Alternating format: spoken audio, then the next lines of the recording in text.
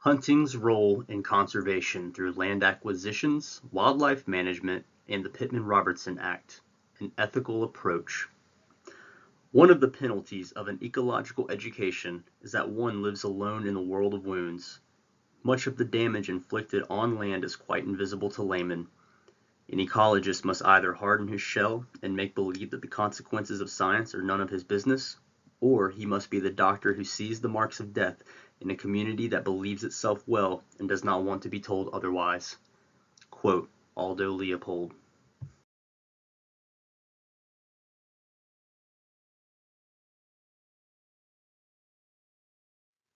The argument. 1. Why hunting is a necessity for a sustainable model of wildlife management. 2. Its effect on public lands and its importance to everyone. 3. Why we should be concerned with the future of hunter recruitment. And 4. The ethical debate surrounding hunting's role in conservation. What defines a hunter? Subsistence hunting is hunting that is strictly to provide food for yourself and family and is typically utilized by natives. It is critical to their nutrition, food security, and economic stability.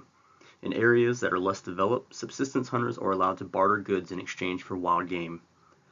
Sport hunting is a two-part hunting system that is both physical in nature and involves the kill or attempt of. These are generally some of the most ethical hunters and contribute much time and resources in the way of conservation and community involvement. Trophy hunting is hunting strictly for the possession of horns, antlers, beards, capes, and spurs.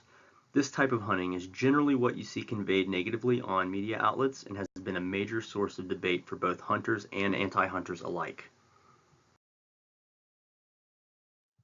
Hunting is important for wildlife management. White-tailed deer were once at extremely low numbers. Around 1800, the fur trade led to a major decline in numbers with an estimate of around 500,000. When the price of fur dropped, the numbers began to rise, but that did not last long. Rampant market hunting by Europeans in the late 1800s brought the numbers down to an all-time low of around 300,000 deer.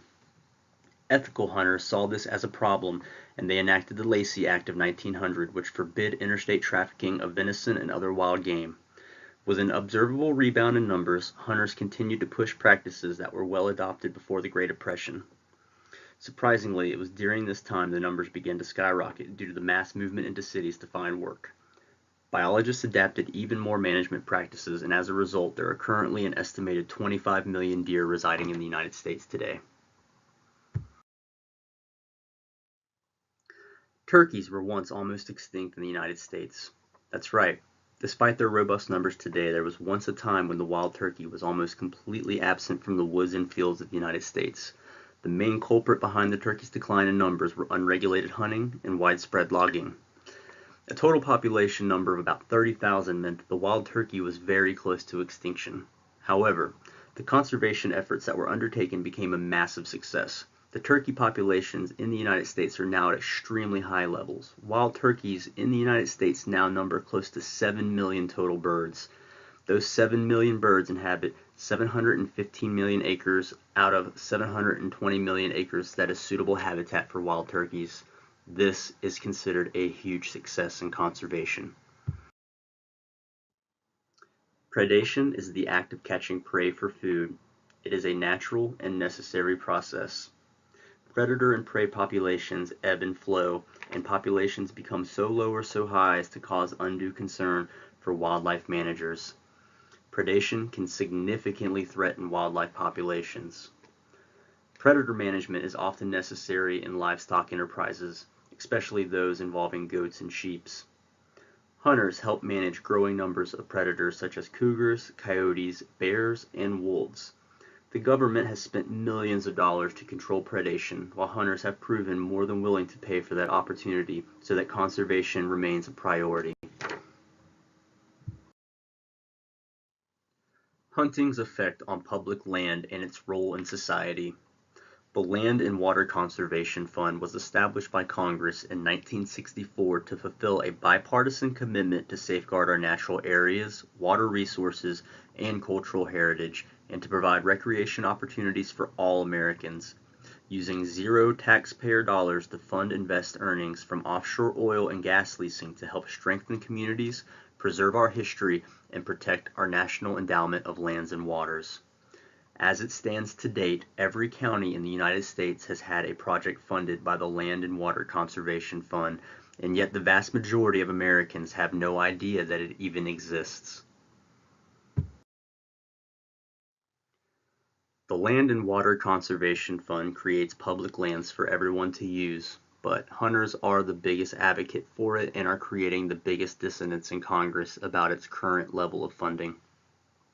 As it stands, the Land and Water Conservation Fund is currently severely lacking the funds, and with the loss of hunters, it is only a matter of time before these special interest groups are allowed to move inland to wreak havoc on our public land. Thankfully, due to hunters like Cameron Haynes and committees such as the Backcountry Hunters and Anglers Association, these efforts have been stopped through massive petitioning of hunters and from hunting communities alike. The Pittman-Robertson Act of 1937. The Pittman-Robertson Act applies 11% tax on all firearms and ammunition, including archery and handguns. Revenue goes to states who match the dollars with revenue from licenses sold and permitting. Over $2 billion from federal and $500 million from states, with about $130 million breakdown per state per year. That's over $2 billion annually towards conservation. 62% of this goes toward the maintenance of wildlife areas, 26% for population research, and also hunter education. Hunting's effect on public lands and its role in society. Prior to the creation of the Pittman-Robertson Act, many species of wildlife were driven to or near extinction by commercial and market hunting pressure and habitat degradation from humans. The Act created funds to each state to manage such animals and their habitats. Notable species that have come back from the brink since the implementation of this Act include white-tailed deer, wild turkey, and wood ducks. The money generated from the Pittman-Robertson Act goes towards research and conservation of all animal species and not just the ones commonly hunted today.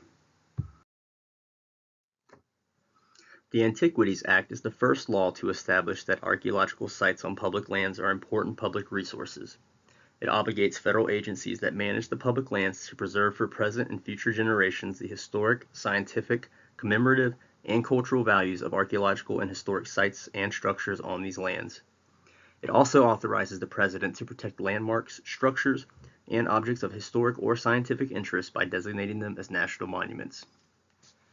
After a generation-long effort, on June 8, 1906, Hunter and President Theodore Roosevelt signed the Antiquities Act into law, thus establishing the first general legal protection of cultural and natural resources in the United States. The Act set important precedents, including the assertion of a broad public interest in archaeology on public lands, as well as support for the care and management of archaeological sites, collections, and information. The Antiquities Act grew out of concerns that developed over the course of the last quarter of the 19th century for the preservation of America's archaeological sites and the artifacts and information that they contained. National and regional educators, hunters, and scientists alike, including those involved in the developing profession of archaeology, joined together in a movement to safeguard sites on public lands being endangered by haphazard digging and purposeful commercial artifact looting. The Antiquities Act is currently in jeopardy under the current administration, more specifically Ryan Zinke. He has proposed a massive reduction of Bears Ears Monument under the false guise of allowing more access to sportsmen and hunters. Hunters immediately shunned and rejected this notion, and a major push has been made to keep Bears Ears Monument as it stands, and most hunting organizations deny support for Zinke's plans. Thanks to these hunters, the debate is still open and more time is being allotted to get more support so the reduction does not take place. A new age assault on hunting. Many social media sites do not allow hunting pictures to be placed on their platform. As it stands, Instagram is one of the few who have not fallen prey to this type of assault on hunters. There are also many special interest groups who spend millions of dollars spreading false propaganda and misinformation about hunting. This is counterintuitive to the conservation cause, and this money would be much better spent on hunting education or state wildlife management practices.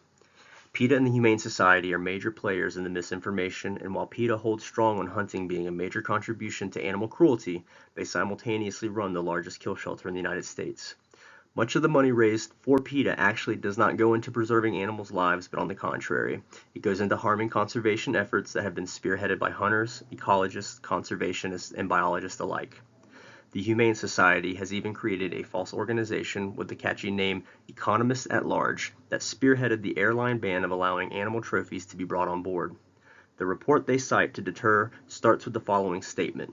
Disclaimer: the views expressed in this report are those of the authors and may not be in any circumstances regarded to stating an official position of organizations involved. This report is distributed with the understanding that the authors are not responsible for the results of any actions undertaken on the basis of the information that is contained within, nor any omission from or error in this publication.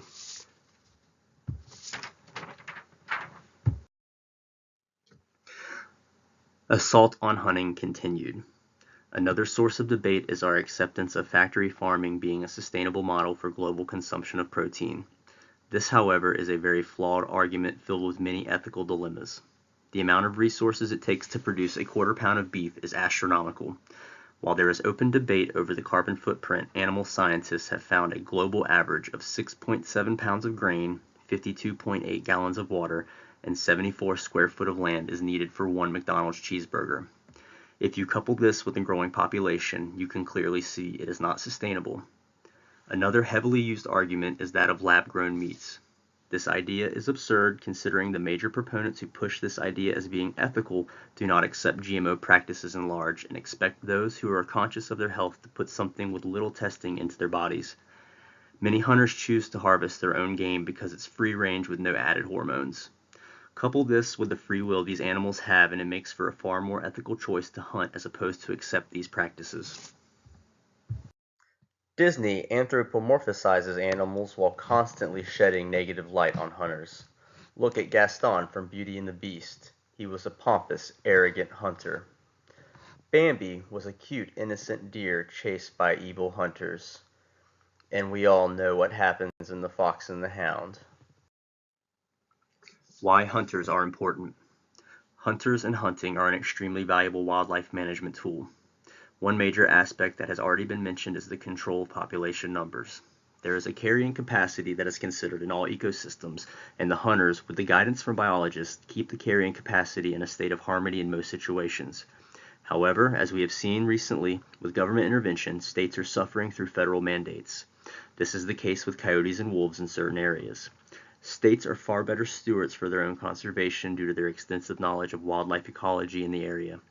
When things get out of whack, we see things like massive crop damage and widespread disease. Hunters have helped balance this predation on crops as well as deterring the spread of chronic wasting disease by taking ethical hunting measures against them as guided by the state. Hunters constantly rally for the acquisition of new lands and against the reduction of public lands. Hunters have fueled more than 6.8 million acres of Rocky Mountain elk habitat through conservation work. The Rocky Mountain Elk Federation was founded by 4 Montana elk hunters seeking to ensure the future of North America's most majestic game animals. Hunters spent a total of $38.3 billion in 2016, and that had an economic multiplier effect of $86.9 billion across the U.S. economy. Altogether, hunters pay more than $1.6 billion a year for conservation programs. No one gives more. Hunters come together to end hunger. According to the Montana Food Bank Network, the Hunters Against Hunger program has brought in more than 80,000 pounds of meat all within its first 2 years of existence, thus helping stave the problem of hunger in Montana as well as many other states. The Hunters for the Hungry allows hunters to donate freshly harvested meat to food banks in the surrounding area. Participating processors will process the meat, giving the backstrap and the tenderloin back to the hunter and donating the rest to the hungry.